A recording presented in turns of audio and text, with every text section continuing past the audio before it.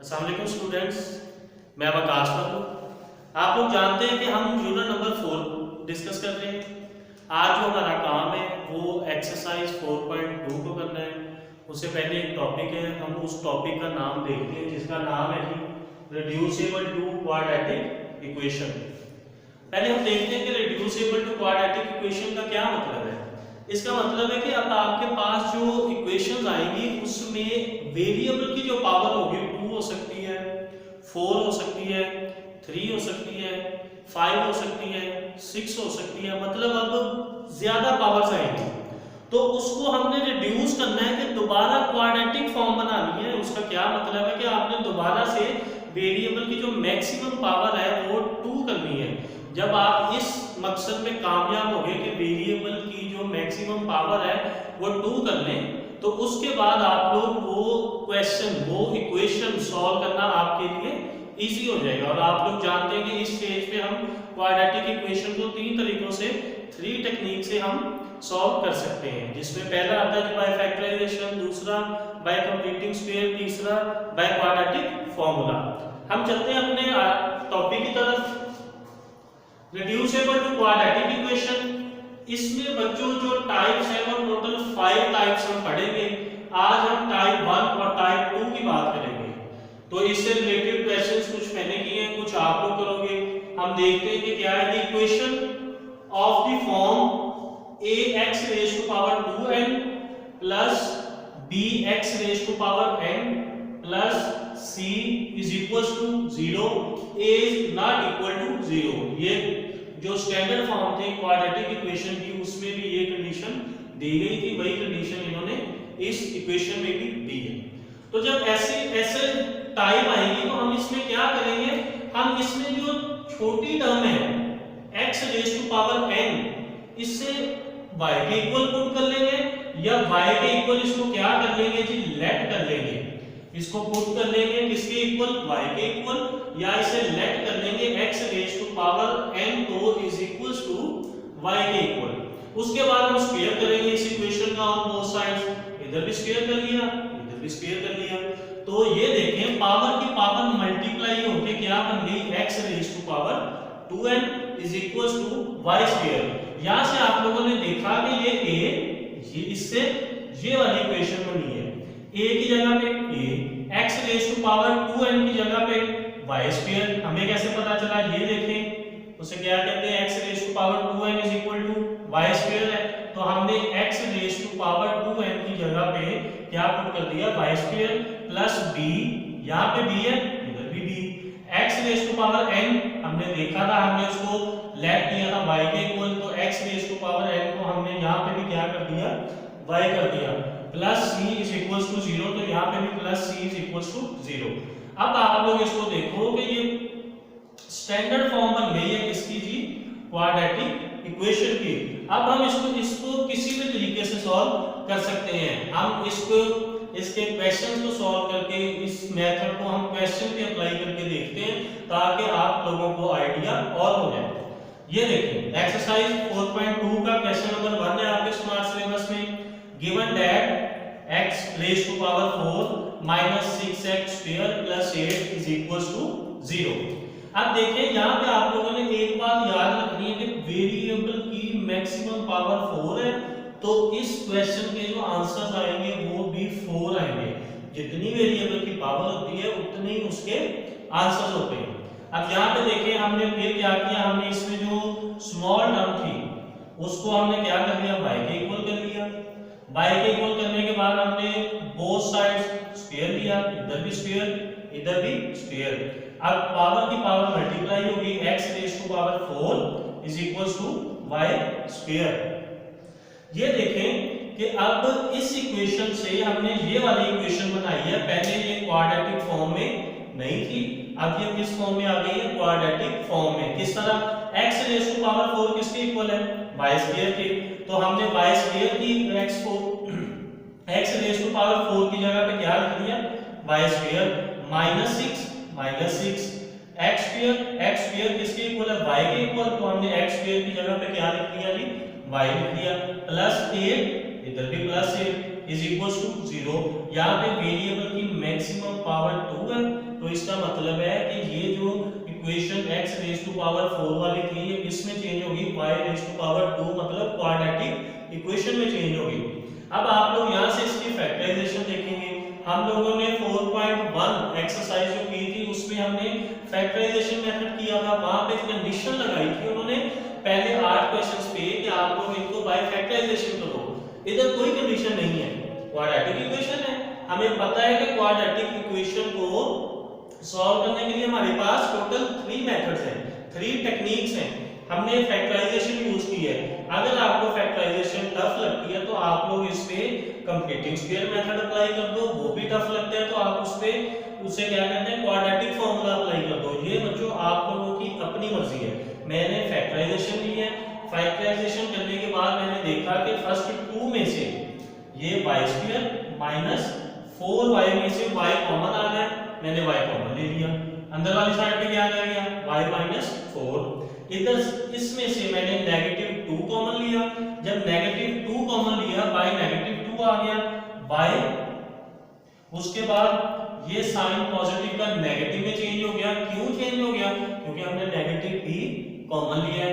उसके बाद यहाँ पे 8 था, जब 2 कॉमन लिया तो यहाँ पे क्या आ गया जी 4 आ गया, तो ये सारा फैक्टर इज इक्वल टू 0 आ गया।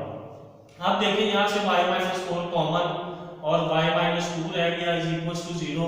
यहाँ से दो केस हमारे पास बन गए, आइदर और y-4 is equal to 0, y-2 is equal to 0। यहाँ से हमने y का आंसर क्या निकाला जी 4, इधर से हमने y का आंसर निकाला जी 2। तो ये देखें कि ये जो अभी y के आंसर आए हैं, हमने यहाँ पे आके इसका आंसर नहीं लिख देना, यहाँ पे आके हमने इस चीज पे गौर करना है कि जो हमें इक्वेशन दी गई है वो x वेरिएबल में दी गई है, तो हमने जो अपने आंसर बनाने वो भी x वेरिएबल में बनाने हैं, ना कि y वेरिएबल में। तो यहाँ पे आके हम रिप्लेसिंग करेंगे।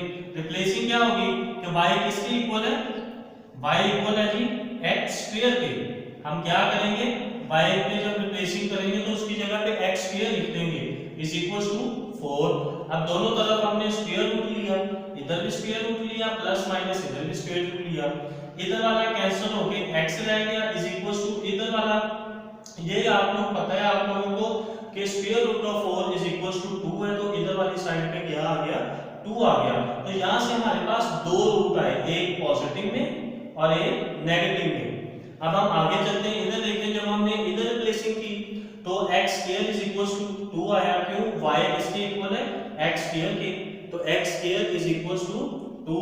फिर हमने दोनों तरफ स्क्वायर रूट अप्लाई किया तो इधर ये कैंसिल हो गया, 2 का square root as it is रह गया। यहाँ पे भी अगर आप लोग देखें तो पॉजिटिव वाला एक रूट आया है और एक नेगेटिव वाला रूट आया है, तो ये उसे क्या कहते हैं दो रूट आ गए। हमने आंसर भी x वेरिएबल में लेके आना था, वो भी आ गया। तो सॉल्यूशन सेट में हमने पहले ये वाला +-2 लिख दिया और फिर ये वाला +-2 लिख दिया जो कि इसका आंसर है। अब आते हैं जी हम आगे अपने क्वेश्चन नंबर 5 की तरफ, जिसमें हमें गिवन दैट ये इक्वेशन थी। ये थोड़ा सा बच्चों से क्या कहते हैं ट्रिकी क्वेश्चन था, तो मैंने पहले इसको सॉल्व किया है। इससे रिलेटेड क्वेश्चन मैंने लिख दिए कि एग्जांपल 143 पे है, पेज पे है, ये आप लोगों ने खुद करनी है। क्वेश्चन 1 मैंने सारा सॉल्व करवा दिया है, क्वेश्चन 4 बेटा आप लोगों ने खुद करना है, और क्वेश्चन 5 अब हम सॉल्व करने लगे। ये स्मार्ट सिलेबस में है जो आप लोगों ने करना है, इस पे टिक लगा लीजिएगा। यहाँ पे देखें कि ये पहले तो जब हमें इक्वेशन गिवन हुई ये तो स्टैंडर्ड फॉर्म में नहीं थी। स्टैंडर्ड फॉर्म में लाने के लिए हमने क्या किया है, हम इस 6x⁻⁵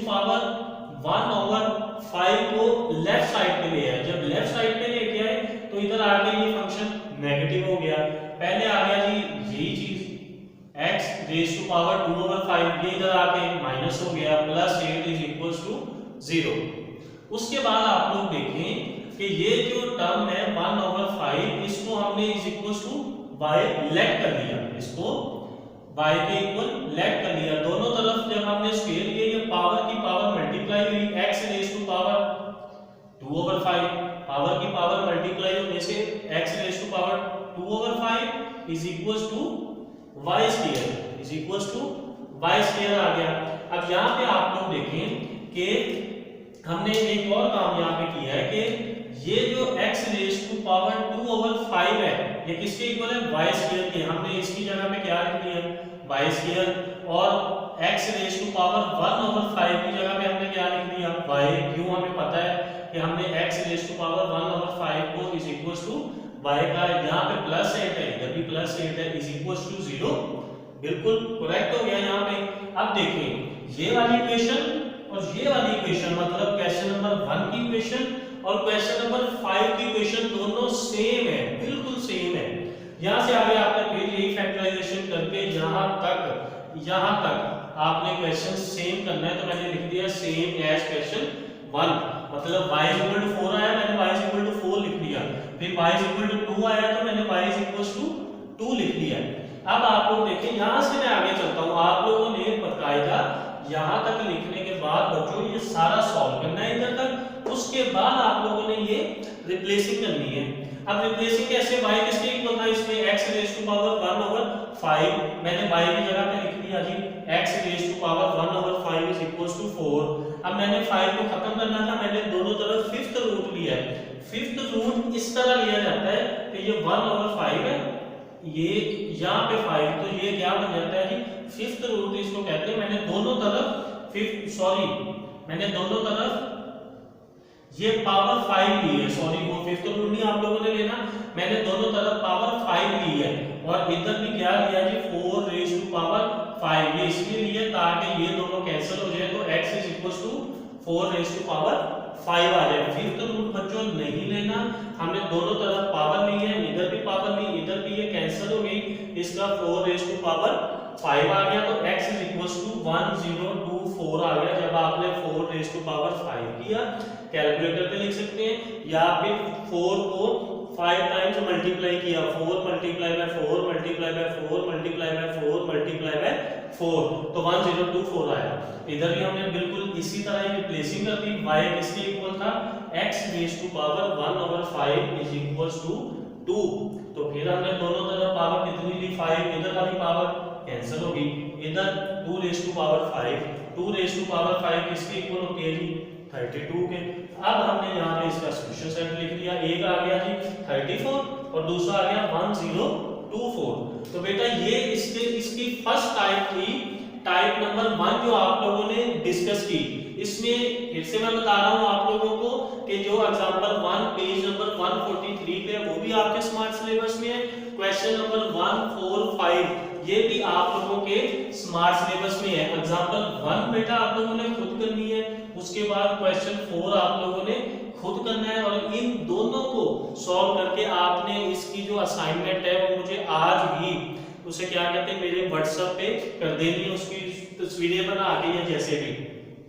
अब आते हैं हम टाइप 2 की तरफ। ये बच्चों बड़ी इंपॉर्टेंट है, लेकिन ये जो रूल लिखे हैं ना ये इस क्वेश्चन में नहीं यूज हो रहे। क्यों, इस क्वेश्चन को हम और तरीके से करते हैं। अदरवाइज क्वेश्चन नंबर 10 से जितने भी पहले क्वेश्चन है 6, 7, 8, 9 उस पे ये तीनों उसे क्या कहते हैं रूल अप्लाई हो सकते हैं, लेकिन इस क्वेश्चन में मैंने नहीं किए।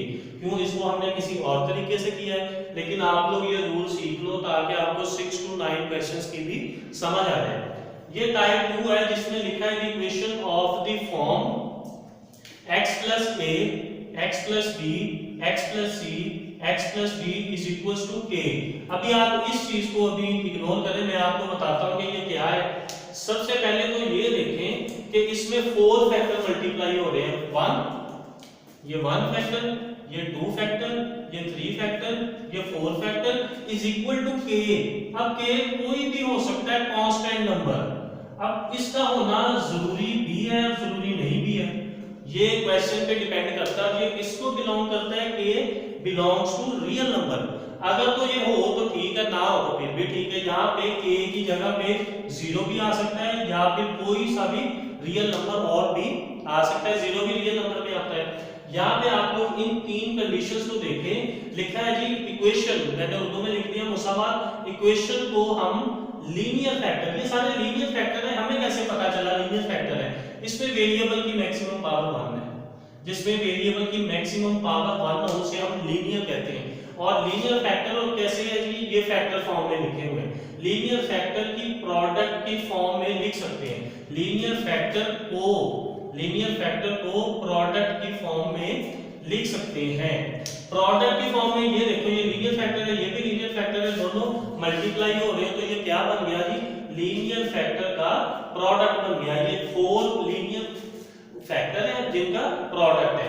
अब देखें चारों फैक्टर में x के कोएफिशिएंट जो है वो इक्वल हो, चारों फैक्टर्स में x के कोएफिशिएंट्स इक्वल हो। इस x का कोएफिशिएंट क्या है 1, इस x का कोएफिशिएंट क्या है 1, इस x का कोएफिशिएंट क्या है 1, इस x का कोएफिशिएंट क्या है 1। ये बेहतर है हमारे लिए कि इन चारों उसे क्या कहते हैं फैक्टर्स, इन चारों x मतलब लीनियर के चारों के कोएफिशिएंट जो हो वो इक्वल हो, तो बेहतर यही है कि 1 हो। अगर 1 के अलावा कोई होगा तो उसका मेथड हम देखेंगे क्वेश्चन नंबर 10 में 1 के अलावा ही है। अब तीसरी कंडीशन है किसी दो लीनियर फैक्टर के कांस्टेंट्स का सम दूसरे दो लीनियर फैक्टर के कांस्टेंट्स के सम के इक्वल हो, सम के कांस्टेंट के सम के इक्वल हो, सम के इक्वल हो।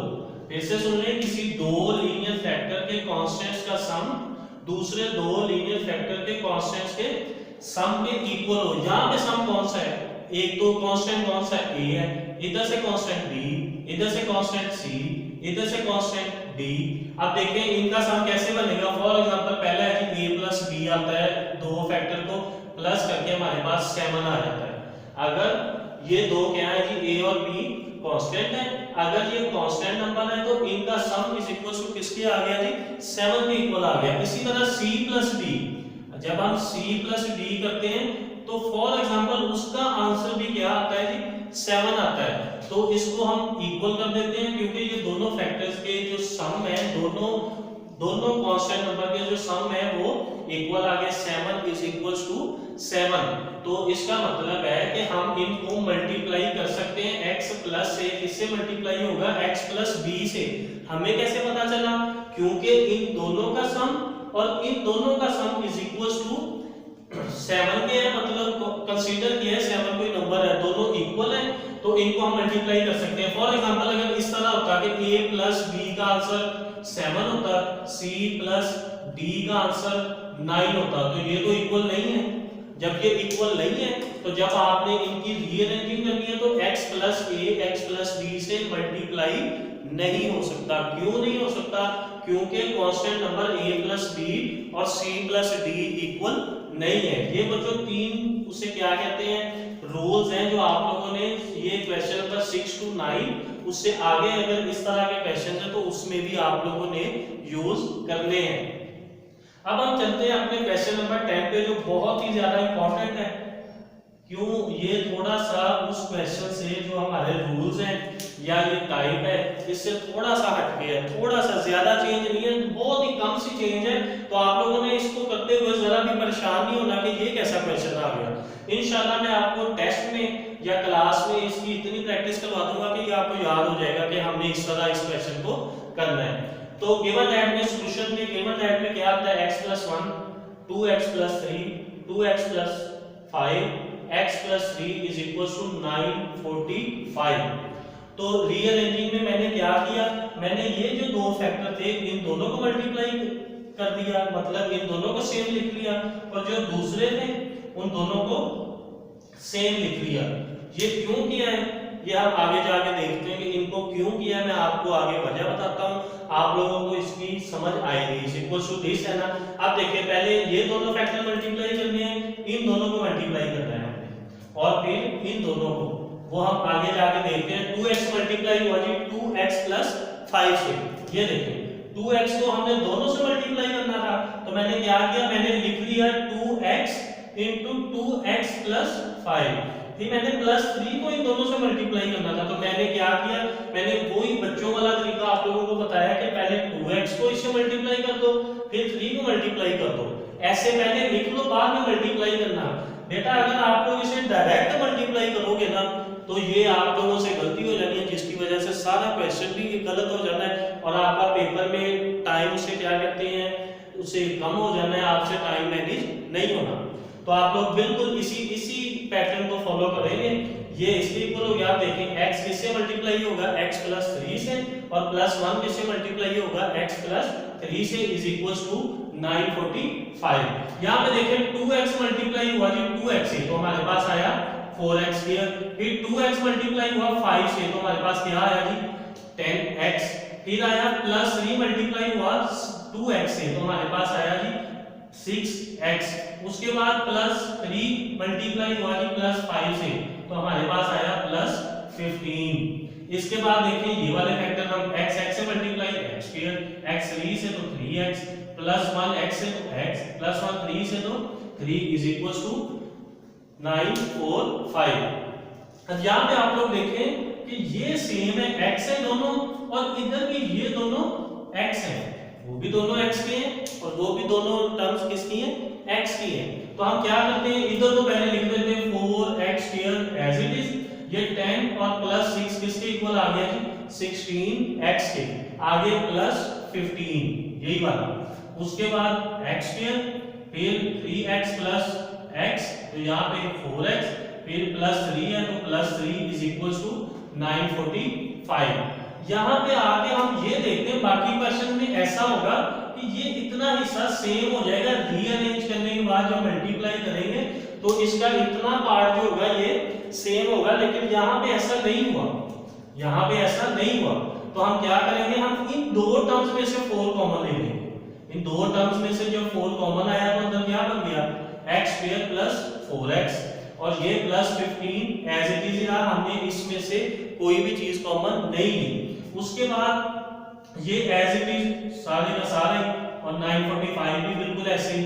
यहाँ पे आप लोग देखें कि ये जो टर्म सेम है, इसका भी इतना हिस्सा याद रख और इसका भी इतना हिस्सा ये सेम है, हमने इनको लेट कर लिया किसके इक्वल y के इक्वल लेट कर लिया। अब हम ये काम कर क्यों रहे हैं, पहली बात तो ये है हम इसको इसलिए कर रहे हैं कि हमने पहले इसको कन्वर्ट करना है, रिड्यूस करना है इसमें क्वाड्रेटिक इक्वेशन में, क्वाड्रेटिक इक्वेशन में करके तो उसे क्या कहते हैं हम जो इसका सॉल्यूशन है वो इजीली फाइंड कर सकते हैं। तो ये देखें ये 4 ये तो y के इक्वल था सारे का सारा, हमने इसकी जगह पे y लिख दिया, आगे प्लस 15 तो प्लस 15 ये सारे का सारा y के इक्वल है, हमने y लिख दिया, आगे प्लस 3 तो यहाँ पे प्लस 3 इज इक्वल टू 945। यहाँ पे देखें फिर ये दो फैक्टर से क्या कहते हैं मल्टीप्लाई हो गए, फिर वैसे ही पहले 4y मल्टीप्लाई होगा y प्लस 3 से, प्लस 15 मल्टीप्लाई होगा y प्लस 3 से इज इक्वल टू 945। नीचे देखें हमने मल्टीप्लाई किया जी 4y y से हुआ मल्टीप्लाई तो 4y square plus 12y plus 15y plus 45, ये उधर पॉजिटिव का था इक्वल से इधर लेफ्ट साइड पे आया तो ये क्या हो गया जी नेगेटिव का हो गया इज इक्वल टू 0।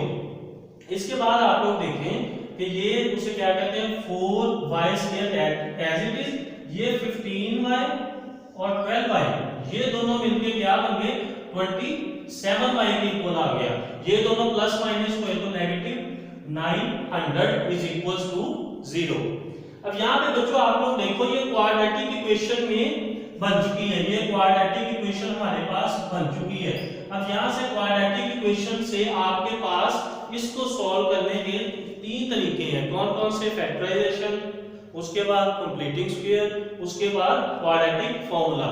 यहाँ पे आके आप लोगों की अपनी मर्जी है कि उन तीनों में से कोई भी चीज लगा लो, यहाँ पे कोई कंडीशन नहीं लगी हुई कि आप लोगों ने फैक्टराइजेशन ही करनी है या कोई कंप्लीटिंग स्क्वायर ही करना है या क्वाड्रेटिक फार्मूला ही करना है।